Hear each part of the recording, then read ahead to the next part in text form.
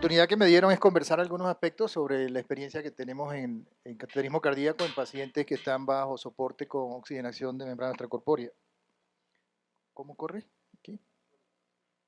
¿Con este? Ok. De manera de introducción, la oxigenación con membrana extracorpórea es una técnica que fue descrita en el año 70, cuando se realizó por primera vez el soporte circulatorio con esta estrategia. Y el primer soporte circulatorio en pediatría se describió en el año 75 por este autor, Bartlett. Actualmente, esta estrategia de soporte se utiliza en 4 condiciones, o con 4 premisas, básicamente. Uno, como una estrategia de soporte puente a recuperación. Es decir, soportamos al paciente mientras éste recupera. Ejemplo clásico, la miocarditis, paciente con disfunción ventricular. Segundo, estrategia como puente a otro puente. Por ejemplo, un paciente que ya lo vamos a someter a asistencia ventricular, pero lo soportamos mientras lo llevamos a asistencia ventricular. Tercera estrategia, puente a trasplante de órganos. Y el ejemplo clásico es un paciente con miocardiopatía dilatada que hace disfunción severa, se soporta con ECMO mientras aparece el donante. Y la cuarta estrategia, que es lo más frecuente, puente a decisión. Colocamos al paciente en ECMO mientras nosotros decidimos qué vamos a hacer con este paciente. Entonces son las 4 vías por las cuales el paciente va a llegar a soporte con ECMO. Actualmente en los centros que tienen esta modalidad de soporte y realizan cirugía cardíaca, más o menos el promedio es 5.5% de todos los niños que son sometidos a cirugía cardíaca van a ir a ECMO por diferentes razones. Y en nuestra institución, desde el año 2004, se inició el programa de soporte con ECMO. Y actualmente, pues, se dispone de 24 cupos para asistencia con ECMO y es lo que,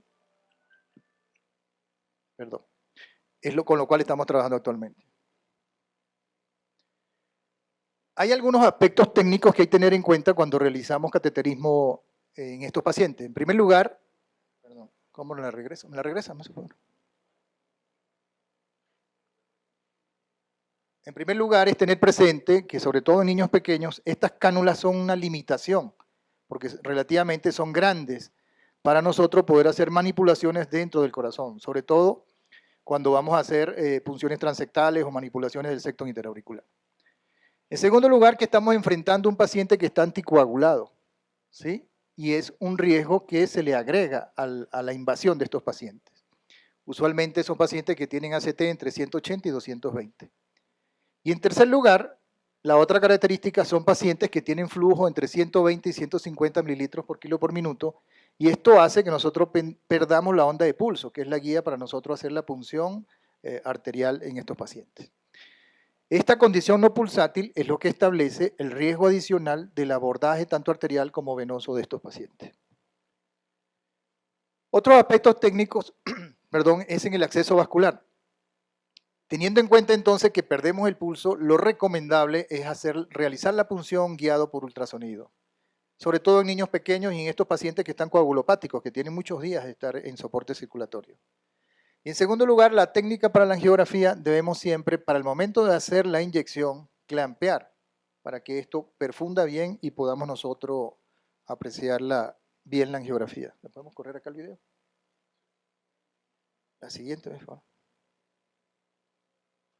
En esta primera angiografía visualizan cómo el paciente realizamos la inyección y no había clampeo, no se visualiza adecuadamente el aortograma. Y si le damos a la siguiente, es el mismo paciente, vean la diferencia, o sea, si nosotros no clampeamos al paciente durante ese momento no vamos a tener una calidad angiográfica adecuada para apreciar los detalles anatómicos que necesitamos en este caso. El otro aspecto que hay que tener en cuenta es mucho cuidado con introducir aire, porque el aire va al sistema y puede obstruir el funcionamiento del sistema de la oxigenación extracorpórea. La siguiente, por favor. Bien, resumiendo las indicaciones en estos pacientes, tenemos en primer lugar aquellos pacientes que están en el postoperatorio de cirugía cardíaca. Es el mayor volumen que nosotros atendemos. Pacientes que van a cirugía y por diversas razones, que vamos a ver más adelante, no salen de bomba o salen con disfunción o salen con hipoxemia. O son pacientes que son sometidos a ECMO electivo para aquellos procedimientos que son de alto riesgo. Tenemos una pequeña experiencia con eso. En tercer lugar, que no es lo deseable, aquellos pacientes que llevamos a la sala de hemodinamia y presentan paro o presentan situaciones que comprometen la estabilidad hemodinámica y necesitamos ECMO de urgencias. La segunda estrategia de hacer ECMO electivo en un paciente que ya sabemos que se nos puede complicar en la sala es mejor, porque las secuelas neurológicas son menores en estos pacientes comparado con el paciente que se te complica y que necesitas meterlo a ECMO en las salas de hemodinamia. Y la cuarta son aquellos pacientes que no son cardiópatas, no tienen cardiopatía congénita, perdón, pero presentan disfunción ventricular y necesitan de compresión atrial izquierda para el manejo de estos pacientes. En cualquiera de estas situaciones, entonces nosotros podemos realizar un cateterismo diagnóstico, que es lo que aporta más en un paciente posoperado con con oxigenación de membrana extracorpórea. ¿Por qué? Porque las técnicas diagnósticas usuales, como es el ecocardiograma, que es nuestra principal herramienta en el posoperatorio inmediato, poco aportan en un paciente que está en ECMO. Es bastante difícil visualizar las lesiones en estos pacientes que tienen estas cánulas. En segundo lugar, llevar este paciente a tomografía o resonancia es bastante engorroso y complicado y le agregamos un riesgo adicional al traslado de estos pacientes. Podemos realizar en este caso, entonces, aportar detalles que están comprometiendo la evolución del paciente, es decir, un detalle diagnóstico que va a cambiar la evolución del paciente. Y en segundo lugar, podemos intervenir, que es lo más importante, favoreciendo una evolución favorable de estos pacientes. Por ejemplo, las angioplastías con balón o con stent, las angioplastías con balón o con stent de los shunts quirúrgicos que están ocluidos, como la fístula sistémico pulmonar. Y en último lugar, podemos realizar sectostomía atrial, que eso usted puede hacer en el ejemplo de los pacientes operados de tetralogía de Fallot con disfunción ventricular severa, en los cuales una comunicación interauricular mejora o ayuda a descomprimir ese ventrículo derecho y mejora el gasto cardíaco.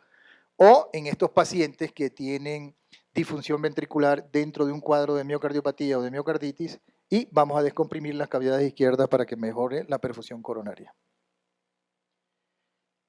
Revisando la casuística que tenemos de los casos que pudimos registrar, del año 2018-24, 26 casos.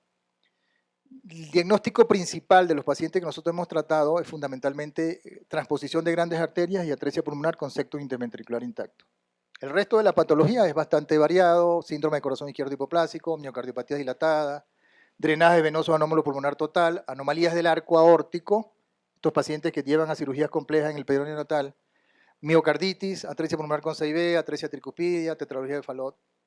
En todos estos casos, la principal indicación de haber sido sometido a ECMO está usualmente en el posoperatorio inmediato.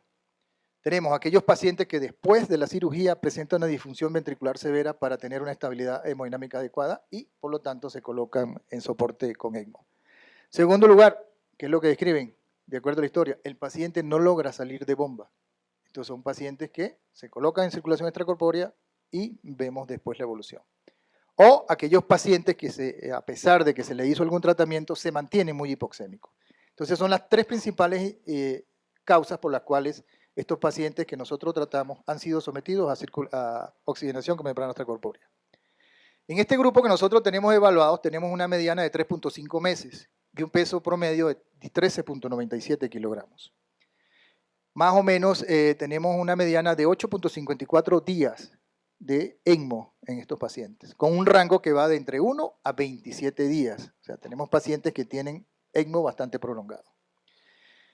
Días del cateterismo posterior a haberse instaurado el ECMO, que es un dato muy importante, 3.77 con un rango que va de 1 a 13. Cuando nosotros discriminamos, tenemos 15 cateterismos terapéuticos en estos pacientes y 11 pacientes de tipo diagnóstico. Los principales procedimientos que nosotros realizamos fueron angioplastías, tanto con balón como con stent, seguido de sectostomías, sobre todo en estos pacientes con disfunción ventricular secundaria miocarditis y cierres de defectos o de colaterales.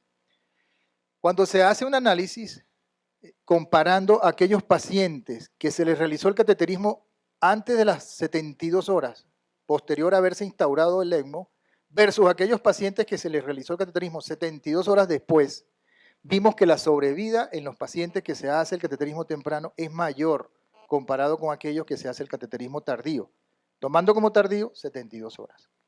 Esto es lo que nos conllevó a reflexionar de que cuando el paciente no sale de bomba o presenta disfunción ventricular o X razón no hace que la evolución inmediata sea favorable, ese paciente es preferible sacarlo de la sala quirúrgica a la sala de hemodinamia para ver qué tenemos y en qué podemos actuar. Aquí algunos ejemplos de nuestros casos. En primer lugar, si le puedes dar, es un paciente en donde el diagnóstico ayuda. Este es un paciente operado de una transposición de grandes vasos que el paciente no salía de bomba por disfunción ventricular severa y lo que apreciamos, si puedes repetir otra vez la angiografía, es que hay una lesión en el ostium de la coronaria derecha, donde se implantó. No. Eso. ¿Okay? El segundo caso es un paciente que se le realizó, ¿le puedes dar la segunda, por favor? Se le realizó un reemplazo valvular aórtico y sucedió lo mismo. El paciente no salía de bomba y había una compresión en el origen de la coronaria izquierda. Entonces, si bien nosotros no tratamos, pero sí aportamos el detalle anatómico para que se mejoraran las condiciones del paciente y pudiera evolucionar favorablemente. Así, ya. Angioplastía con stent. En este caso, un ejemplo de un paciente operado con una fístula sistémico-pulmonar, donde ustedes aprecian que la arteria pulmonar izquierda está prácticamente excluida. ¿Sí? Una estenosis severa, dilatamos con balón, pero hacía mucho recoil, por lo tanto procedimos al implante de un stent, lo que permitió que el paciente se pudiera retirar del ECMO y evolucionara posteriormente de manera favorable. En el segundo caso, igualmente un paciente operado con fístula sistémico-pulmonar que tenía estenosis en la porción distal de la fístula y además estenosis en la rama.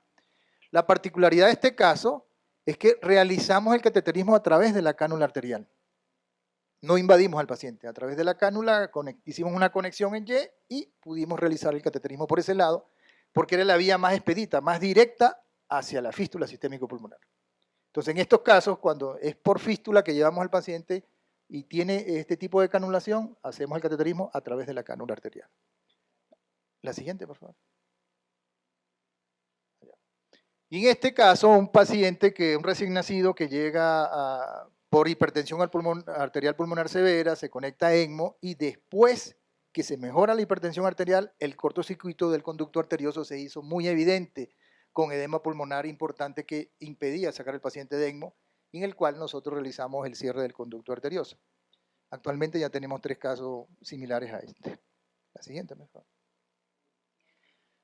Otro ejemplo, en la septostomía atrial, es una experiencia pequeña que hace tiempo presentamos en Frankfurt, en la cual 6 pacientes, en la cual 6 pacientes le realizamos punción transectal y ampliación de creación de la comunicación y ampliación con balón estático en la mayoría de estos casos. Esto logró que la presión diastólica de la aurícula izquierda y del ventrículo izquierdo disminuyera y estos pacientes evolucionaron favorablemente. La siguiente. Ahí vemos un paciente con una disfunción ventricular severísima, la punción transectal, ¿sí? Y posteriormente la dilatación con balón en este caso.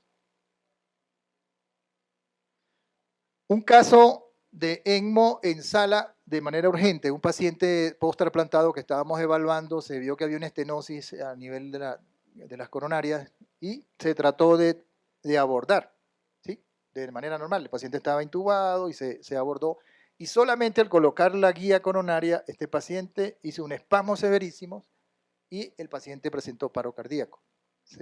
Lo reanimamos, traemos el equipo de ECMO, se instaura ECMO y posteriormente el paciente se le completó el procedimiento realizándose angioplastía con stent. Como les comenté, ya nos quedó como moraleja para estos casos trasplantados en donde existen datos de rechazo que tienen muy poca reserva para tolerar la manipulación de las coronarias. En estos casos que vemos que tienen esta anatomía, hacemos ECMO de manera electiva para hacer intervención. La siguiente.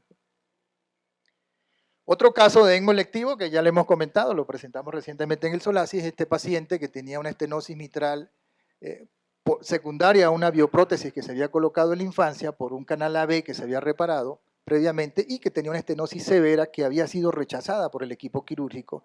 En este paciente nosotros, viendo la severidad del compromiso por la hipertensión pulmonar, por la disfunción biventricular que tenía, se consideró hacer un VAL-INVAL, lo realizamos en conjunto con el doctor Zunzunegui, pero teniendo como soporte circulatorio en este paciente para evitar colapso hemodinámico. Y el paciente fue tratado exitosamente y ya tiene 2 años de evolución. La siguiente, por favor. Complicaciones. Dentro de las dos complicaciones más serias que hemos tenido, una disección, un paciente que estaba reparado un arco aórtico hipoplástico que tenía una estenosis importante, realizamos dilatación y posterior a esto el paciente presentó una disección en la zona de la angioplastía, como aprecian ahí. Y el segundo caso es un paciente que estaba muy coagulopático y presentó un sangrado retroperitoneal con un hematoma bastante importante, fíjense que compromete las estructuras vasculares, que evolucionó aumentando el tamaño y colapsando el paciente, hizo infección y este paciente falleció posteriormente. En conclusión, el cateterismo cardíaco en pacientes sometidos a ECMO es factible, con sus riesgos. En pacientes posoperados debe realizarse de manera temprana este tipo de abordaje o tratamiento y constituye una terapia de rescate para pacientes complicados en cateterismo, como el caso que les mostré, y finalmente el mensaje es que en aquellos pacientes que son de muy alto riesgo, en los cuales nosotros podemos predecir que va a inestabilizarse durante el cateterismo cardíaco, es preferible que sea sometido a un ECMO electivo y no a un ECMO de urgencia dentro de un paro cardíaco en la sala. Gracias.